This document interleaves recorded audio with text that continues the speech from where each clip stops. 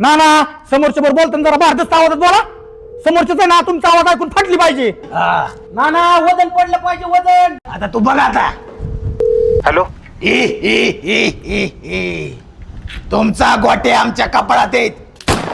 अहो काय बोलताय ना माझ्या कपाळात नाही कमच्या ते. अरे डायलॉग विसरलो. हॅलो.